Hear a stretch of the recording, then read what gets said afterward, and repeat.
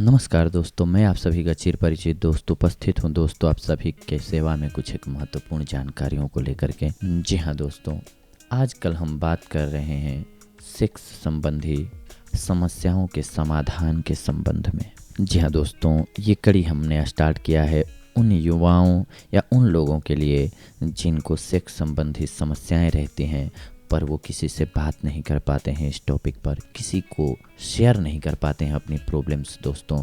पर समस्या तो होती ही है, क्योंकि संभवतः धरती पर कोई ऐसा इंसान नहीं होगा दोस्तों जो कि संभोग ना करता हो, सेक्स ना करे अपनी लाइफ में। तो कभी ना कभी समस्या होना स्वाभाविक सी बात है।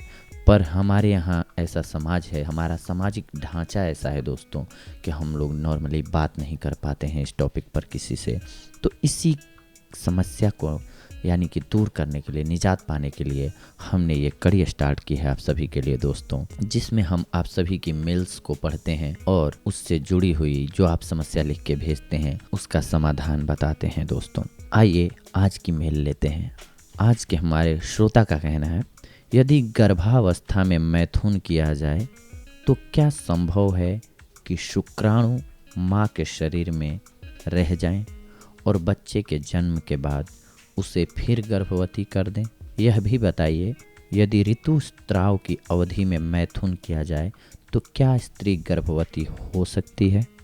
मेरे प्यारे श्रोता, यदि बच्चा उत्पन्न होने से पूर्व स्त्री के गर्भावस्था काल में उसके साथ मैथुन किया जाए तो उस बच्चे के उत्पन्न होने के बाद तो मैथुन के फलस्वरूप कोई अन्य संतान उत्पन्न नहीं होती।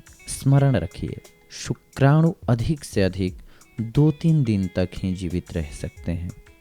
सबसे अच्छा तो यह है कि प्रसव होने के लगभग 1 महीने से पहले ही गर्भवती स्त्री के साथ मैथुन बंद कर दिया जाए। इससे योनि को स्वच्छ और निरोग होने का अवसर मिलता है। यदि इस नियम का पालन न करके बच्चे उत्पन्न होने के कुछ समय पूर्व तक भी संभोग किया जाता रहे तो भी नया गर्भ नहीं ठहर सकता। कुछ वर्ष हुए एक यौन विज्ञानवेत्ता डॉक्टर ने कहा है कि मासिक धर्म के दिनों में यदि संभोग किया जाए तो कभी कभी गर्भ रह जाता है।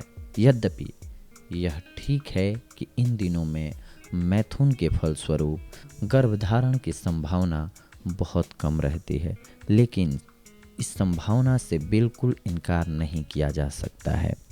तो कम से कम जब गर्भधारण हो और बच्चा होने को 1 महीना बचे तो सेक्स करना बंद कर देना चाहिए।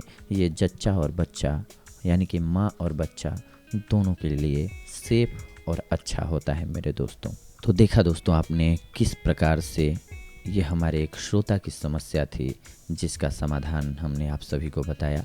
अगली बार हम आप सभी से जुड़ेंगे कुछ एक और महत्वपूर्ण जानकारियों को लेकर के। तब तक के लिए धन्यवाद।